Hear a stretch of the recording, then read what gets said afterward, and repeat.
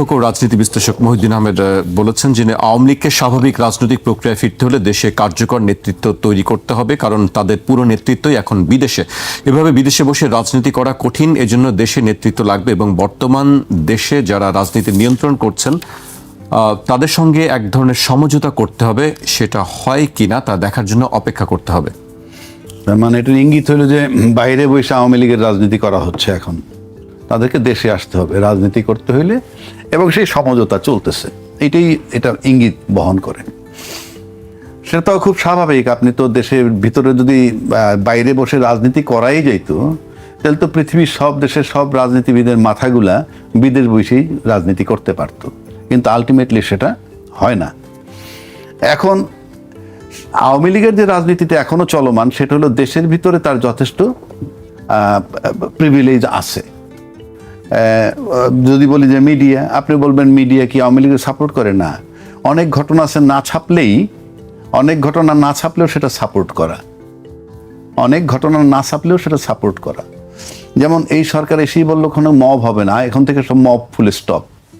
কিন্তু চিটাগাং আমরা দেখলাম প্রকাশ্য দিবালোকে গুলি মারতেছে একটা বাড়ির দিকে চাঁদা দাবি করে। আপনি দেখেন মিডিয়ায় নিউজটা একবার হয়েছে, কোথাও নিউজ হয়েছে, তার ফলো আপ, তাকে নিয়ে আলোচনা, তাকে নিয়ে যে টক শো হওয়ার কথা হচ্ছে না।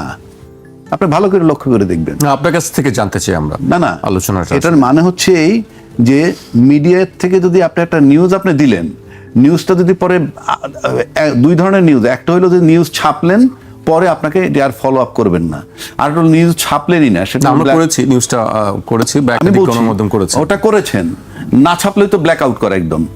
এটা তো আপনি আমার চেয়ে ভালো জানেন পত্রিকার ভাষা।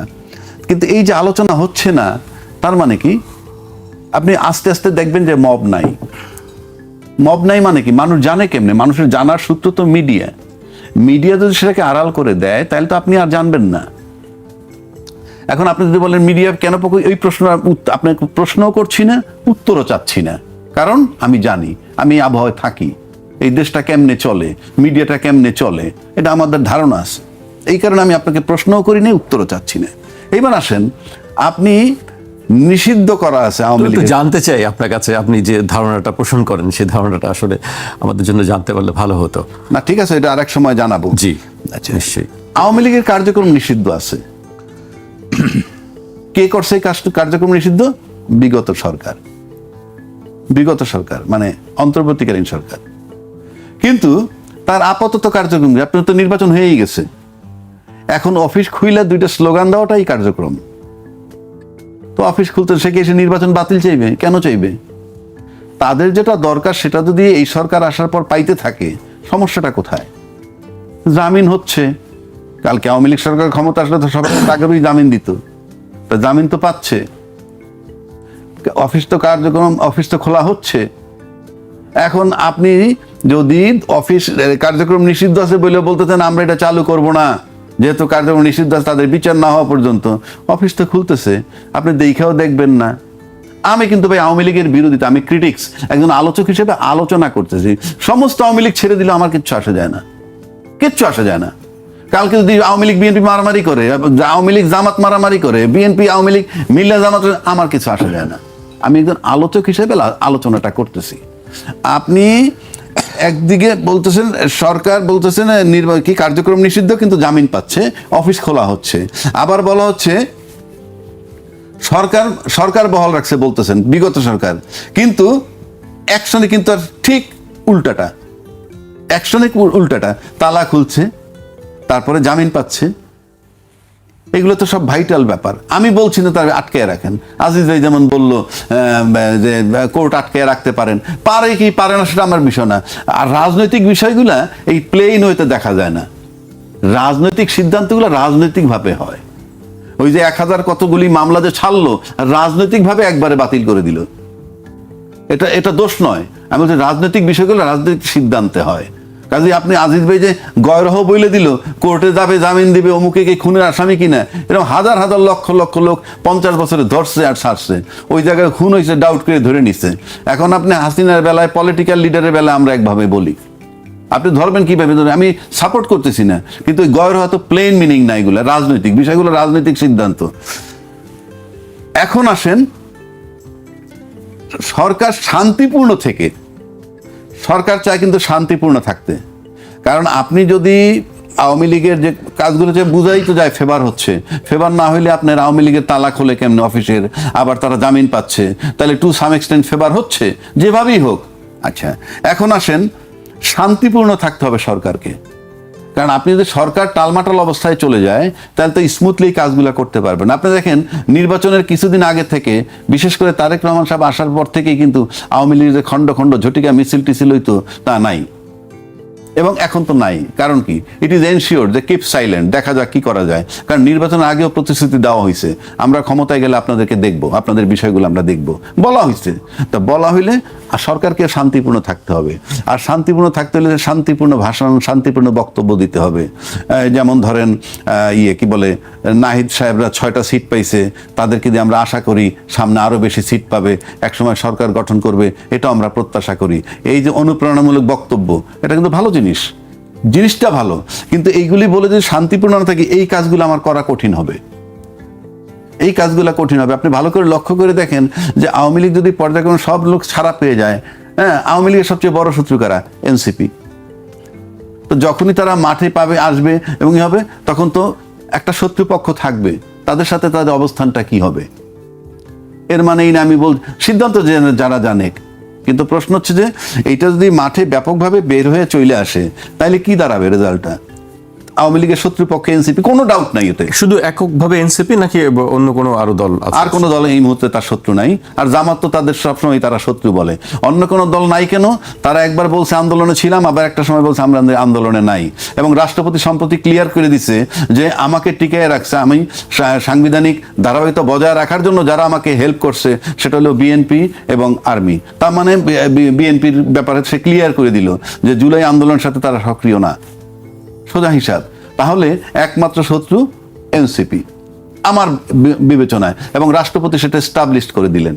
তো সেক্ষেত্রে তাদেরই চিন্তার বিষয়। এটা সামনে কি হবে আমরা জানি না। এখনো তো আপনার স্লো দেখতেছেন। এখন যদি বদিউজ্জামান মুক্তি পেয়েছে, ফর এক্সাম্পল, জামিনে মুক্তি পেয়েছে, সে কিন্তু মাদক সম্রাট। আমরা আবার একদিকে কিন্তু মাদক দমাই, এটা ভালো কাজ। আপনি মাদক যাতে না থাকে ভিতরে, মাদক নিয়ন্ত্রণ করবেন, কেউ মাদক সেবন না করে, সব ঠিক আছে। কিন্তু পাইলে তাদেরকে ধরবেন, কারো কাছে মাদক পাইলে। তো বদি তো মাদকের সম্রাট ছিল, সে জামিনটা পাইলে কি জন্যে? কথার কথা বলছি। আবার মাদকের সাপ্লাই লাইন যদি সব ঠিক থাকে, যেমন ও আপনি বাসায় বসে যে ট্যাপ সারেন, ওয়াসার থেকে যদি পানি সাপ্লাই না থাকে, পানি বেরোবে? তো আপনি মাদক যে সাপ্লাই, মাদকের তো দুইটা জায়গায়, এক বর্ডার ক্রস করে আসে, অথবা আপনার এইটাই তো বুঝি না যে আসলে বর্ডার ক্রস করে কিভাবে আসে। আমি বলছি হয় বর্ডার ক্রস করে আসবে, আর না আপনি নিজ উৎপত্তি করবেন। আর তো কোনো রাস্তা নাই। আসার তো জায়গা দুইটা, আসার তো ওয়ে দুইটা। একটা হলো নিজের দেশে বানাবেন, আর একটা বাইরে থেকে, আর একটা বাইরে আসবে। এই এছাড়া তো উপায় নাই। তো সেইগুলা কন্ট্রোল করার দায়িত্ব কার? ওইগুলা হইলে তো আমার এখানে মাদকের জন্য আমার পোলাপান পিটাইতে হয় না, দাবড়াইতে হয় না, আমার তো পিটাইতে হয় না তাদেরকে। তা আপনি মূল জায়গায় হাত দিবেন না। যেমন ধরেন এখন আজকে এই সরকার ইলেক্টেড গভর্নমেন্ট আসছে, এখন দেখবেন আওয়ামী লীগ এত বেশি রিল্যাক্স, তারা কিন্তু পালানোর জন্য অস্থির না। এবং ইন্ডিয়ান ভিসা তো খুব জটিল অবস্থায় ছিল দীর্ঘদিন। আমি জানি না স্বাভাবিক হচ্ছে, এখন স্বাভাবিক হচ্ছে। আজকে ওইটা নিয়ে কথা হয়েছে, গতকালও কথা হয়েছে। হ্যাঁ, স্বাভাবিক হচ্ছে কেন? তখন তারা চিন্তা করছে আমার 10 লাখ লোক হয়তো এইখান থেকে চলে যাবে ইন্ডিয়ার ভিতরে যাই তো গিয়ে। তো এখন ইন্ডিয়ার ভিসাটা কঠিন হয় কি হয়েছে? হ্যাঁ, ওখানে গিয়ে রোহিঙ্গার মতো 10 লাখ একত্র হইতে পারে নাই। আর এখন ভিসা রিল্যাক্স হলে কি হবে? তারা তো দেশেই সেফ, সুতরাং যাওয়া আসার প্রয়োজন নাই। যদি দরকার হয় মিটিং করতে যেতে পারে। সেই জন্য আমি বলতেছি, মানে কি আওয়ামী লীগের বহু নেতৃত্বখানা আছে না? আমরা গণমাধ্যমের রিপোর্টে দেখলাম যে 600-র উপরে নেতা সেখানে আছেন। আচ্ছা, আমি কিন্তু কোনোটাই দোষ ধরতেছি না, গুণও ধরতেছি না। আমি একজন আলোচক হিসাবে আলোচনা করতেছি আমার আইনের শাসনটা কোথায়। আপনি একদিকে কার্যক্রম নিষিদ্ধ রইল, নিষিদ্ধ থাকা তো একটা আইন, প্রজ্ঞাপন জারি করছিল, সেটাকে আপনি উইথড্র করলেন না, অথচ অ্যালাউ করা হচ্ছে। একটা দেখেন, পৃথিবীতে উন্নত বিশ্বে আইনের শাসনটা দিয়ে রাষ্ট্র শক্তিশালী হয়। আপনি দেখেন ট্রাম্প কিন্তু একটা বিরাট ট্যারিফ বসাইছিল ওয়ার্ল্ড ওয়াইড, সেটা সুপ্রিম কোর্ট জাজমেন্ট দিয়ে বাদ দিয়ে দিছে। বাংলাদেশে কার সিনায় কোন বল আছে যে সরকার একটা সিদ্ধান্ত নেবে আর চট করে সুপ্রিম কোর্ট নিষেধ করে দিবে? আমি দেখি নাই। অর্থাৎ আইনের শাসনটা এমন জিনিস, ট্রাম্প পর্যন্ত ট্রাম্পরেও কেয়ার করে নাই। আর আমার দেশে আইনটাকে আমি আমার মতো করে, মানে আইনটা স্বাধীনভাবে চলতে পারে না, আমরা অতীতে দেখছি। যে যে জনগণ যে সিদ্ধান্ত নিছে, জনসিদ্ধান্ত ছিল কেয়ারটেকার গভর্নমেন্ট, সেইটা কোর্টে নিয়ে যাওয়ার পর কোর্ট একটাবার বললো না যে এটা তো আমরা উই ক্যানট এন্টারটেইন ইট, এটা জনসিদ্ধান্ত। আবার জনগণ যদি না চায় বাতিল করবে কিংবা পার্লামেন্ট ডিসাইড করবে, না এন্টারটেইন করলেন, XYZ দরখাস্ত দিল, এখন আজকে তার করুণ পরিণতি, সে এখন কারাগারে বসে আছে, chief justice of Bangladesh, which is very painful. সে কারণে আমি বললাম যে আওয়ামী লীগের সবচেয়ে বড় শত্রু হলো এনসিপি। সেই আওয়ামী লীগ যত বেশি সক্রিয় হবে, এনসিপি তত বেশি দুশ্চিন্তায় পড়বে। কাজে আপনি যত চেষ্টা করেই মানে খুব ভালো পরিবেশ রাখতে চান না কেন, আলটিমেটলি আপনি এই বক্তব্য দেন, সেই বক্তব্য দেন, ঘুরে পেঁচায় জুলাই আন্দোলনের পক্ষে আছি, অমুক আছি, তমুক আছি, অ্যাকশন বলে দিবে যে আলটিমেটলি হচ্ছে কি। কারণ আবার আওয়ামী লীগ কিন্তু আবার বিএনপিকেও ব্ল্যাকমেইল করতে পারে। কেন আমি বলি, সেটা কিভাবে? আমার ধারণার কথা বলছি। কারণ বিএনপি ক্ষমতায় আছে, এই যে কার্যক্রম নিষিদ্ধ হওয়া সত্ত্বেও তারা যে ফ্ল্যাগ উড়াইতে পারতেছে, করতে পারতেছে, তার মানে কি এইটা সরকার ছাড় দিতেছে। ছাড় না দিলে আলটিমেটলি যদি কখনো আন্দোলনের পর্যায়ে চলে আসে তারা, তখন কিন্তু তারা এদের বিরুদ্ধে আন্দোলন করবে। কি নিয়ে আন্দোলন করবে? আমাদেরকে নির্বাচন থেকে বাদ দেওয়া হয়েছে, আমরা ইনক্লুসিভ নির্বাচন করা হয় নাই, যারা দোষী ছিল কিংবা যাদের কাগজে পত্রের নাম ছিল তারা থাকুক বাদ, কিন্তু আমাদেরকে নির্বাচন করতে দেওয়া হয় নাই। 25%, 30% ভোটারকে মাইনে, এই ইস্যুগুলো আসবে। সুতরাং এই ইস্যুগুলোও যাতে না আসে, সুতরাং আওয়ামী লীগকে ছাড় দিতেই হবে ক্ষমতাসীন সরকারের, যদি সরকারে খুব সুন্দরভাবে সার্ভাইভ করতে হয়। এনসিপিকে ব্যালেন্স করতে হবে, আওয়ামী লীগকে ব্যালেন্স করতে হবে। এটা আভ্যন্তরীণ, এক্সটার্নালটা আমার দরকার নাই, আভ্যন্তরীণ এই জটিলতা। সুতরাং আমার কাছে মনে হয় সরকারকে খুব শান্ত মস্তিষ্কে ধীরে সুস্থে সবার সাথে ব্যালেন্স করে পা বাড়াইতে হবে সামনের দিকে। জি, আমরা রাজ্জাকের বক্তব্য শুনছিলাম, তিনি বলছিলেন যে সরকারকে আসলে ব্যালেন্স করে চলতে হবে সামনের দিকে।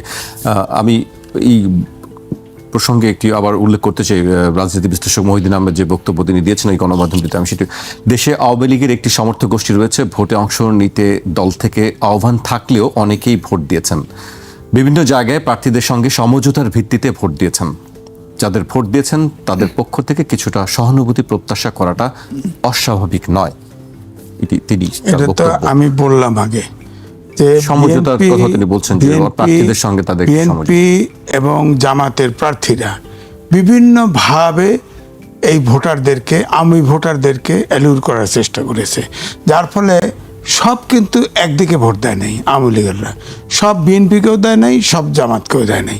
কিন্তু জামাত যেহেতু তাদের হাতে বেস্টের টিকিট আছে, যেমন এখন রাজ্জাকি ভাই যে করলো, এই মেট্রিকুলাস ডিজাইনে যদি সরকার ব্যালেন্স করে চলে, তাতে যদি আওয়ামী লীগ মাঠে নামে, তাহলে তো বিএনপি যদি জামাত থাকে তাহলে তো ভরসা আমাদের হয়, অন্তত টিকিট জান্নাতের টিকিটটা তো এনশোর থাকে। জামাত যদি বিলীন হয়ে যায়, আওয়ামী লীগ আসলে আওয়ামী লীগকে ডিল করতে পারে প্রপারলি, আওয়ামী লীগ জামাতকে ডিল করতে পারে আওয়ামী লীগ। আওয়ামী লীগ যদি মাঠে চলে আসে তাহলে তো জামাত দুর্বল হয়ে যাবে, আবার জামাত বিএনপির লুঙ্গির তলে যাবে, যা স্বাধীনতা বিরোধী শক্তি হয়ে যাবে। তো তখন যাইতে পারে, তো জামাত তো একা চলতে পারবে না, তাহলে তো আমার তো ক্ষতিগ্রস্ত হয়ে গেল, আমি তো জান্নাতের টিকিট থেকে বঞ্চিত হব। জামাত রাজনীতিতে থাকলে আমি আল্লাহ, খোদা, বেহেশতের টিকিট সবকিছু আমি পাইতে পারি, পাওয়ার সম্ভাবনা থাকে। এটা কি সম্ভব আজিজ ভাই? সেটা তো সম্ভব না, বলছে তো বরাবর, আমি এটা বলছি তো, বেহেশত দোজখ, বেহেশত বানাইছে আল্লাহ, বেহেশত দোজখ মেনটেন করে আল্লাহ, বিচার করবে আল্লাহ, বেহেশত দোজখ নির্ধারণ করবে আল্লাহ। জামাতের কথাও টিকিট, সে জান্নাতের টিকিট দেয় কেন? এইসব উগ্রতার কারণে কিন্তু ফাইনালি জামাত হেরে গেছে।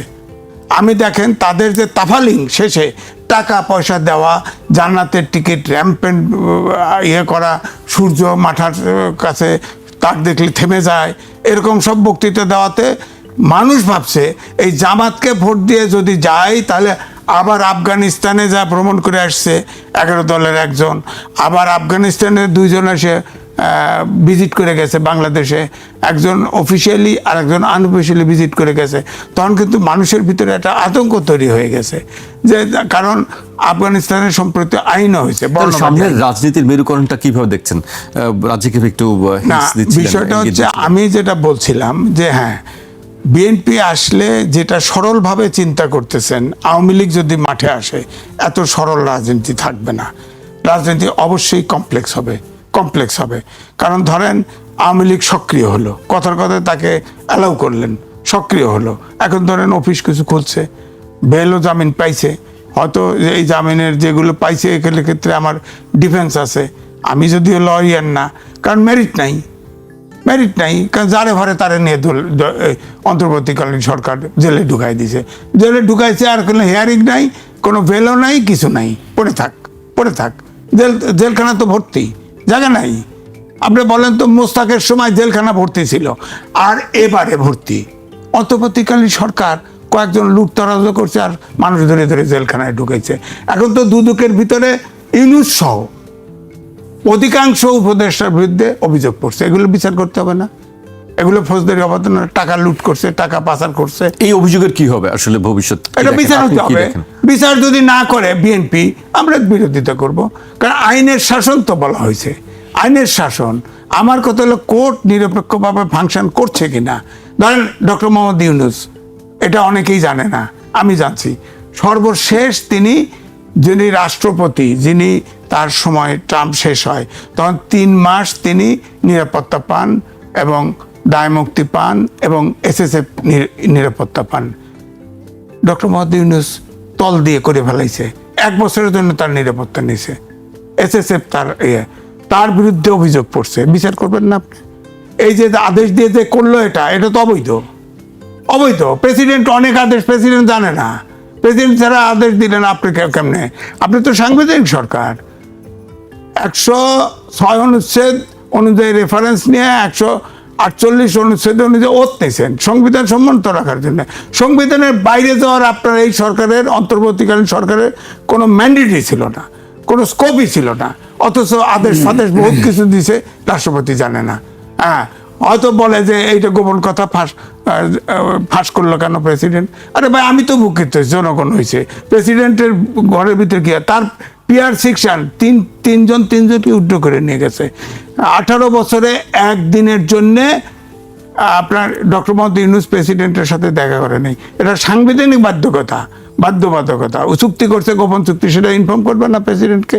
প্রেসিডেন্টের সাথে দেখা করবে না? করে নাই তো। সুতরাং এগুলোর তো বিচার হতে হবে, এগুলোর বিচার না হলেও একই প্রশ্ন উঠবে।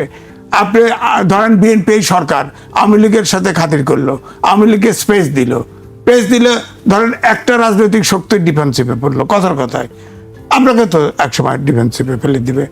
যতই বলেন না কেন, আওয়ামী লীগের যারা পালায়া গেছে এখনো সমর্থক যদি ভোট দেন, আমাদের বাংলাদেশের মাটি হচ্ছে যাকে নির্যাতন করা হয়, নির্যাতিত, সে যৌক্তিক হোক আর অযৌক্তিক হোক, তার পক্ষে সিম্পেথি তৈরি হয়।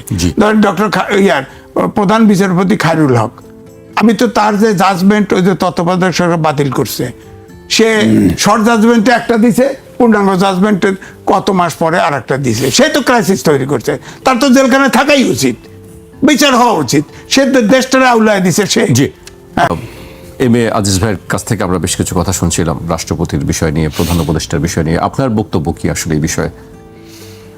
প্রধান উপদেষ্টার 1 বছরের নিরাপত্তা দিছে, যেটা উনি বললেন যে তলে তলে করে নিছে, এটা তো নির্বাচিত সরকার ক্ষমতায়, সরকার দিছে, সঠিক না ব্যাঠিক সে তো আর এক আলোচনা। কাজে এটা নিয়ে আমি কিছু বলতে চাই না, যেহেতু সরকার দিছে, গভর্নমেন্ট দিছে, এটা তো আর ইউনূস সাহেব নিজে নিতে পারে নাই। আর প্রেসিডেন্টের সাথে গভর্নমেন্ট দেয় নাই, সে নিজেই করে ফেলাইছে। তা জানি না, আমি দেখলাম কোনো একটা নিউজ পান নাই, কিচ্ছু পান নাই। এটা আমি নিউজ পাইছি যে সরকার এই নিরাপত্তার বিধান করছে, এই সরকার, নির্বাচিত সরকার, ইউনূস সাহেব করেন নাই।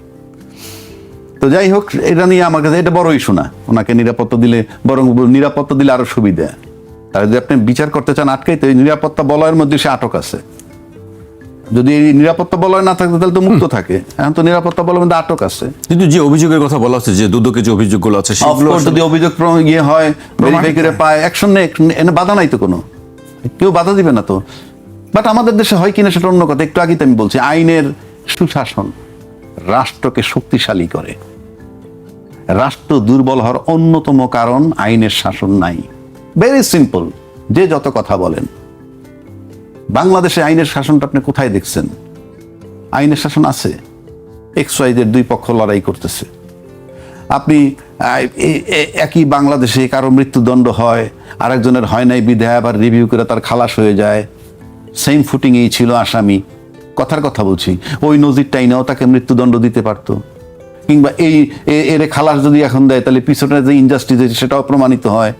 এগুলো নিয়ে বিতর্ক করে লাভ নাই। এখন আসলে রাষ্ট্রপতির সাথে দেখা করে নাই। রাষ্ট্রপতি বৈশে বৈশে এতদিন কি করছেন? উনি 1.5 বছর বৈশা ছিলেন। ওনার কিন্তু সাংঘাতিক সিকিউরিটি ছিল। 1 আর্মি, 2 বিএনপি, সবচেয়ে বড় দল। রাজনৈতিক শেল্টার কিন্তু একটা মারাত্মক ব্যাপার। আজকে ইউনূস সাহেব টিকতে পারেন নাই ফাইনালি কিন্তু রাজনৈতিক শেল্টারের অভাবে। কথার কথা বলছি, আমি বলি না উনি টিকতো 10 বছর থাকুক, নো, উনি নির্বাচন দিয়ে যাবেন, ডেন তারিখ খন উনি দিচ্ছেন। কিন্তু যদি রাজনৈতিক শক্তি তাকে টিকায় রাখতো খুব ভালোভাবে, বিএনপির মতো দল যদি তাকে সাপোর্ট করতো, তাহলে ওই 1.5 বছর সে খুব কমফোর্টেবলি অনেক বিচার আচার করতে পারতো, যেটা অনেক কিছু আমরা দেখছি করতে পারতো। 1, 2 হচ্ছে আপনি আসেন, ইউনূস সরকার আসার পর আপনি দেখছেন কি পরিমাণ দাবি দেওয়া নিয়ে আসছিল নানান জনে। এখন তো ইলেক্টেড গভর্নমেন্ট, কোনো দাবি দেওয়া নিয়ে আসতেছে? এখন তো মাত্রই তারা ক্ষমতা, ওগুলোর ধার ধারার তো টাইম নেই তাদের। ইউনূস সাহেব তো মাত্র নিছিল, তারপরে রমজান চলছে, হ্যাঁ বলতে পারেন রমজান, দেখি রমজানের পরে কি আন্দোলন আসে। তাহলে আপনি দাবি দেওয়ার তো আসলে আমাদের শেষ নাই। সেটা আমি বলছি না। আপনি তার মতো লোকের কাছে এত দাবি দেওয়া, 200-250 দাবি দেওয়া নিলেন 1.5 বছরে। আমি দেখবো সামনে কতগুলো দাবি দেওয়া আসে। এখন তো একটাও আসে নাই। আর রাষ্ট্রপতির সাথে যদি দেখো, রাষ্ট্রপতি যে শেল্টারটাই ছিল, সে বলছে তারে বিদেশ যেতে বাড়িতে করছে। কে বাড়িতে করছে? গেলে কি হইতো তার? কি না তো কল্পনা করে না, গেলে কি হইতো? তার শেল্টার সেনাবাহিনী, তার শেল্টার সবচেয়ে বড় রাজনৈতিক দল যে এখন ক্ষমতায়। কাজে এগুলো অবান্তর কথা। আর রিপোর্ট করে নাই প্রধান, এই যে সে তো অন্তর্বর্তীকালীন সরকার, সে কি সংবিধান মোতাবেক প্রধানমন্ত্রী ছিল যে সংবিধান তাকে ধাক্কায় নিয়ে দেবে রাষ্ট্রপতির কাছে? ওইটা সংবিধানে বলা আছে প্রধানমন্ত্রী কি করবেন। ইউনূস সাহেবের বেলায় বলা আছে, উনি তো অন্তর্বর্তীকালীন সরকার। আমি ডিফেন্স দিচ্ছি না, আমি আর্গুমেন্ট করতেছি, কারণ মানুষকে আমরা ভুল বুঝাতে চাই না। উনি ছিলেন অন্তর্বর্তীকালীন সরকার, ওনার সিদ্ধান্ত উনি চলছেন, ওনার সিদ্ধান্ত উনি ফেব্রুয়ারি 2026 নির্বাচন দিচ্ছেন, কেউ দ্বিমত করতে পারে নাই বাংলাদেশের। উনি বলছেন 3 মাসের মধ্যে নির্বাচন দেওয়া দরকার ছিল, সংবিধান, আমি একমত। পারছে কেউ নিতে? পারে তো নাই। তার মানে কি আমি যেটা বলছি এটাই সংবিধান, এবং সে চালাই গেছে। তো আপনি যেহেতু আপনি তো রাজনৈতিক শক্তি কাজ করে কিভাবে? আন্দোলন। শেখ হাসিনার বিরুদ্ধে আন্দোলন হয়েছে না, আইন মোতাবেকই ছিল। তার বিরুদ্ধে আন্দোলন ঠেকাইতে পারে নাই, ডেড বডির পর ডেড বডি হচ্ছে, ফাইনালি তাকে যেতে হচ্ছে।